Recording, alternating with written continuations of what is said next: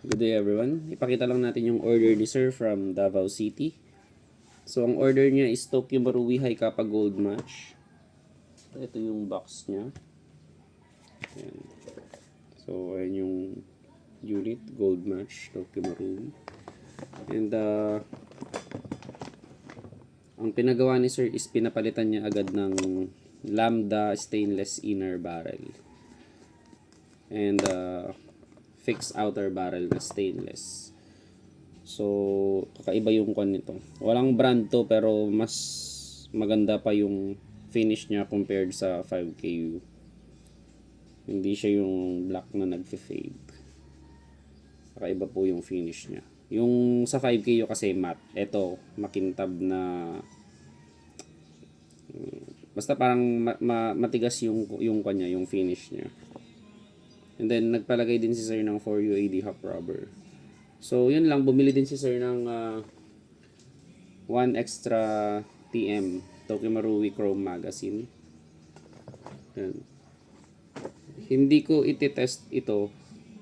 Pinapasiro ni Sir ito, pero hindi ko siya iti-test. Hindi ko siya napagbigyan kasi stock yung slide. And alam niya naman ang gold match. Ang stock TM high kappa, actually lahat ng TM kapag 12 kg pwedeng masira agad yung nozzle or dito mag-crack. Sa gold match dito magka-crack. Kasi sa standard TM dito kasi nagka-crack. Pero sa gold match kasi dito sa portings siya sa harap. So diyan po nagka-crack.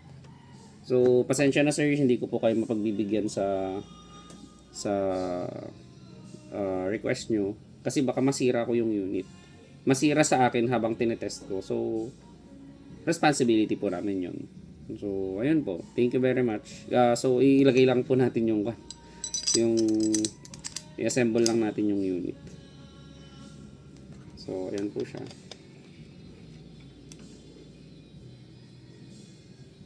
Ayaw. So, ang gagawin natin kapag hindi ayaw pumasok, ang gawin nyo is ganito. Ayan. Tapos sa kanya ulit ilagay. So, ayan. Then, lagay nyo yung buffer, yung guide rod and plug set.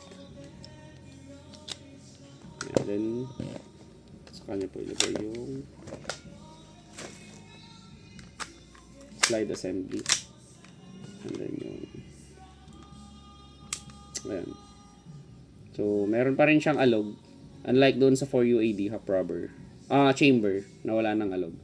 So, ang maganda dito is